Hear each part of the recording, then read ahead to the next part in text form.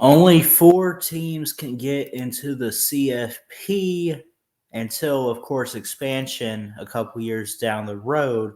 But one particular team everyone is talking about in Cincinnati Bearcats.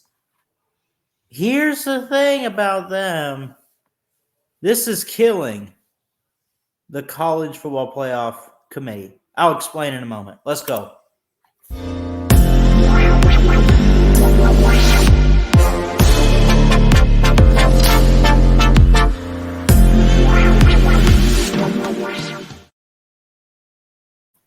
Hey, what's going on, folks? Christian Ballard here with Ballard Sports Media.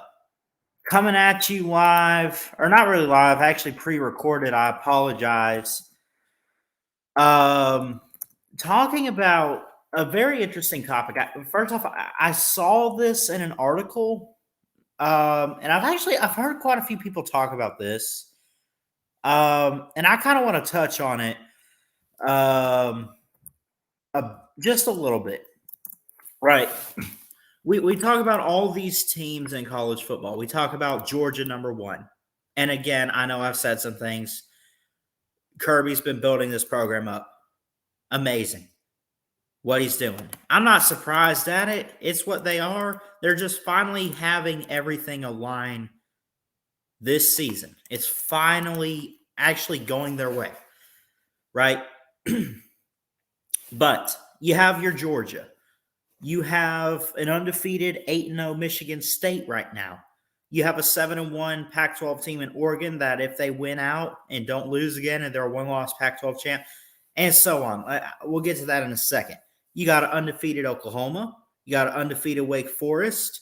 You have teams playing tomorrow, at least as I'm recording this on a Friday night for you guys. Auburn and A&M play Saturday, both 6-2, 13-14. Auburn just one spot ahead of A&M, and so on. Like we've looked at the rankings quite a bit on here, and I'm sure if you're a true college football fan and everything, you've seen the rankings by now. Forget about necessarily where they are, but the point is, you have a lot of teams that qualify right now that if it ended today, the committee could put in the 4 spots. And they could put really whoever they wanted to. And not necessarily like whoever they wanted to. I mean, there is criteria, conference champs, strength of schedule, head-to-head competition. There's certain criteria that must be met. But at the same time, as long as they're meeting the criteria, I mean, it's like, it's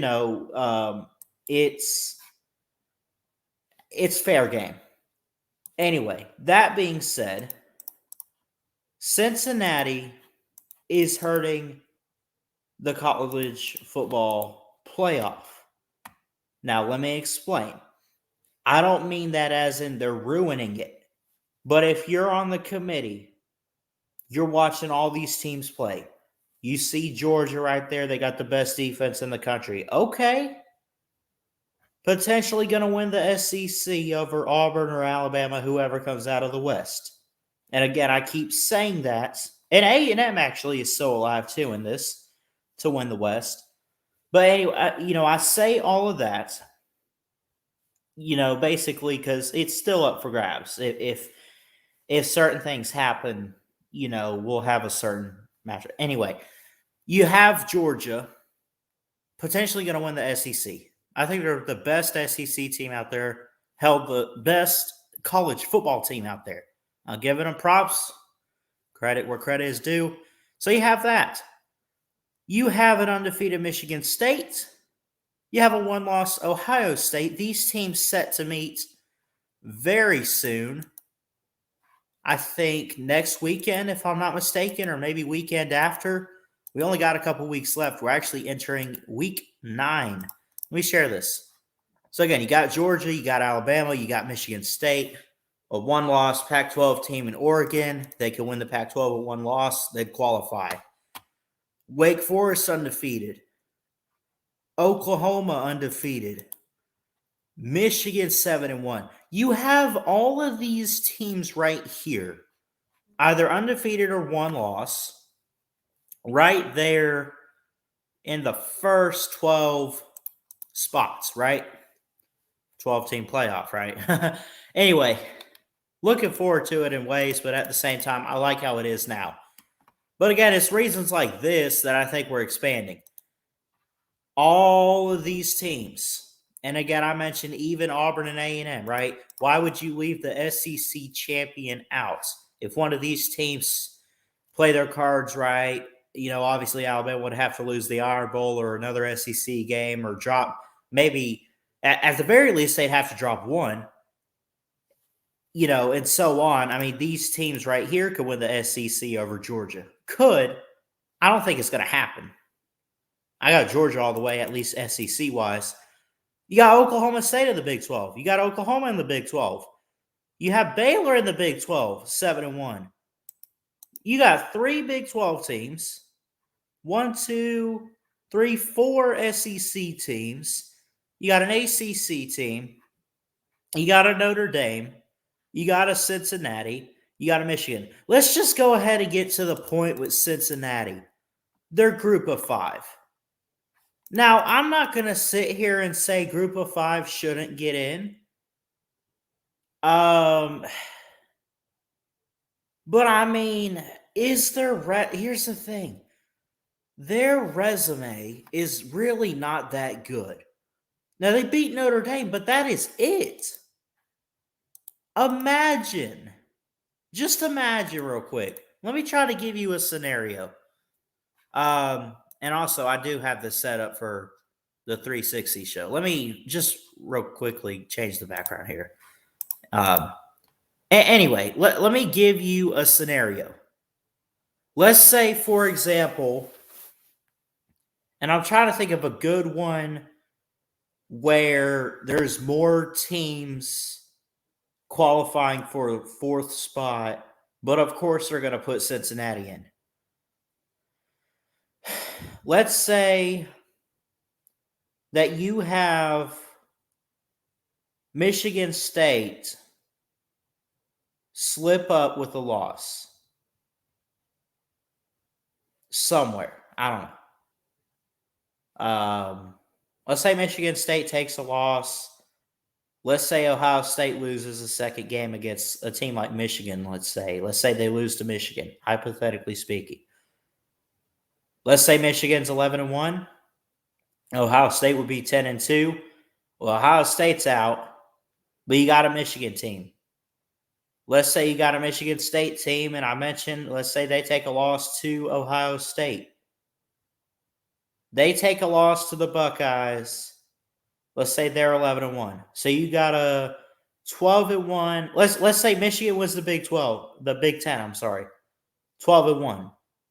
Michigan State 11-1, but they've looked pretty good in every game that they played. They have a loss to Ohio State. You can get 2 Big 12 teams in there. There's room for that. Alabama beats Georgia. Let's say they do that. Or let's say, I could go on and on. There's so many different scenarios that could happen. There's so many different teams out there. And yes, Cincinnati's at number 6. They're at number 2 in the top 25 poll. The point I'm trying to make with this, you have quite a few teams that could qualify. Oklahoma State could win the Big 12. Oklahoma most likely going to. You got Baylor. We're without question, there's going to be not a clear-cut 4 best teams this year. There's too many great teams that are either undefeated or 1 loss that you could look at and say, well, record-wise, yeah, I'd put them in. Well, of course, you got to look at resumes and everything. But Cincinnati, they're in the spotlight. They challenged and gave Georgia a game last year, and they have used it to build off of it. Their defense is incredible. They beat Indiana on the road. They weren't ranked at the time. But, and look, they really only have the 1 game, right? The Notre Dame game. Now, I give them credit for the Navy win, too. It was a struggle, but they managed it. When you look at it. You look at Cincinnati. It's like they're this trap for the committee, and I don't know if it's just me, but would you? Okay, let me ask you, the people, this question: would you leave out an undefeated Cincinnati? They're playing. I've said this. They are playing the Notre Dame card. If Notre Dame, who doesn't have a conference championship, they could play 12 Pee Wee football teams, be 12-0, didn't play a lick of competition, they're getting in. Cincinnati's in that situation right now. It's like 9 times out of 10, they're getting in undefeated. They're number 6 right now. If they keep it up, they'll find a way in over a 1-loss Oregon, a 1-loss Ohio State, a 1-loss, whatever. They'll find a way in. The point is that, and again, I'm not taking anything away from Desmond Ridder, the quarterback, Luke Fickell, the head coach. I'm not taking anything away from Cincinnati. Of course, they're a great team. They're looking phenomenal. But what about the rest of what about the Power 5? Because Cincinnati's Group of 5. What about all these other teams that have been knocking on the door? The Michigans, the Auburns, the Baylor. I guess Baylor a couple years ago were ranked and had but there's these other teams. Oregon hasn't made it back since 2014. How many times have they been in the top 10 at least some point every season? Michigan State. There are clearly other teams out there, right, that deserve a spot. There's plenty of teams that deserve a spot, but you can only have 4. You're going to get the SEC champ. If Georgia is not that, and that is their only loss, if it's not a blowout, which I doubt anyone's actually going to blow out Georgia. They might beat them, but they're not going to blow them out. Georgia gets in. Okay, well, you got 2 SEC teams. It was a close game. It's their only loss. Georgia, the runner-up, gets in, and the SEC champ gets in. What do you do then? Is Oklahoma actually looking good right now? I mean, they're beating every team in the Big 12. They're not what we expected them to be. Now, Caleb Williams is making some improvement for the offense. I've mentioned I'm done buying into their defense every offseason because it always disappoints us, or it's not what we expect it to be. Now, it's better. There's some improvement, but it's not what they hyped it up as. I'm kind of losing myself a little bit. Let me sum this up. The point is, Cincinnati might be at 6 right now, but come Selection Day, if Cincinnati is 12-0, 13-0, I guess, if you want to count the American Conference or whatever championship, no matter what, they literally, just be honest, they have one true quality win, and that's Notre Dame. Now, I don't think Notre Dame's that good of a team this year. Good win for them in South Bend. Not only did they win it, they won by double digits, 11 points, 24-13. Right? They're getting in if they're undefeated. Not saying that they don't deserve it. Oh, hold on. I wanted to share the ranking. I'm not saying that they don't deserve to get in. Not saying that at all. Of course they deserve it. But is it truly what's best? I know they're competitive, and I really don't want to get into this whole, it's because they're going to get blown out. Georgia will blow them out. Bama will blow them out. Ohio State. Or I'm not even saying that. You might be right. I don't know. How do we truly know that Cincinnati? I'm not asking if they're really that good or anything. I don't know. I'm not questioning that.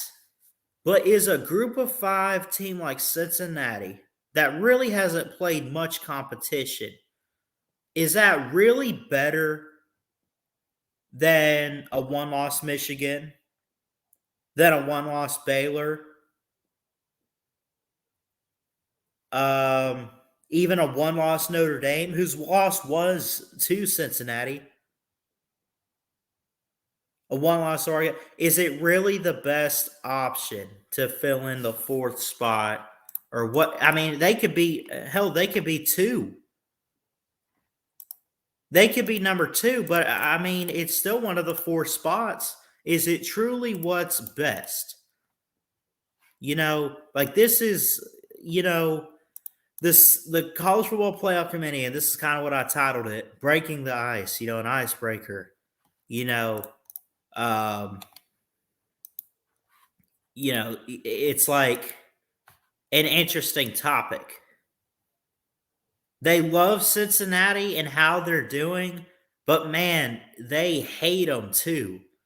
And I'll tell you why. Not because of Cincinnati necessarily, but because it puts them in a situation where practically they have no choice but to put them in. And I'm not here to tell them not to. If Cincinnati does well, and I think at the very least, if they're undefeated, I think they should get in. But man, all of those other actual Power 5 teams out there that could qualify, man,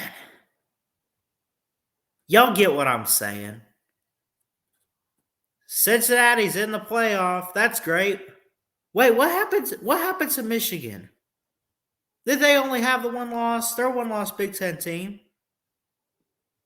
Who all's in the playoffs? Let me give you a scenario real quick. Georgia won the SEC. Alabama dropped the Iron Bowl. Auburn won the West. Auburn's not in there. You got an SEC team in Georgia.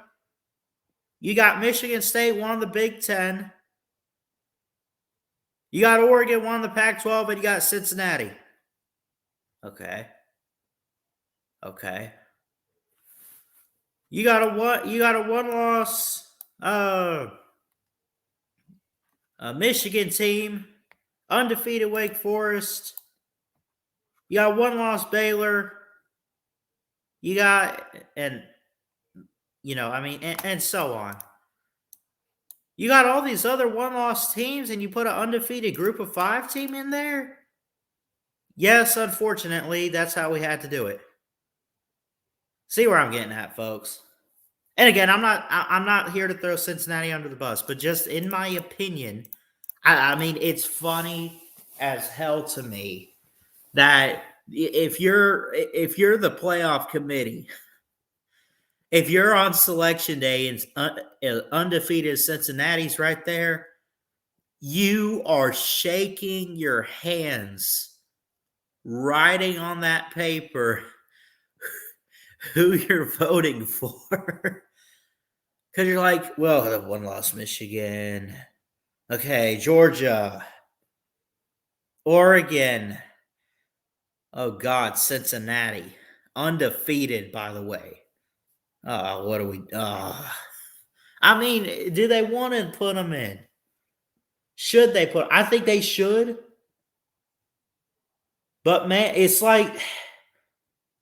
If you don't put them in, what does that say about Cincinnati's success in season this year? If they get undefeated and they're not in, it makes the committee look bad to Cincinnati, and then Cincinnati's going to cry about it. But then if they do get in and you have, and again, pick the other three teams. I don't care. But then you have an undefeated Wake Forest, won the ACC. You have a one-loss Baylor. You have an Oklahoma. You have all these other actual Power 5 teams And again, maybe, a Big 12 champ and a Pac 12 champ, let's say those are the two conferences out, and you're putting in the SEC, you're putting in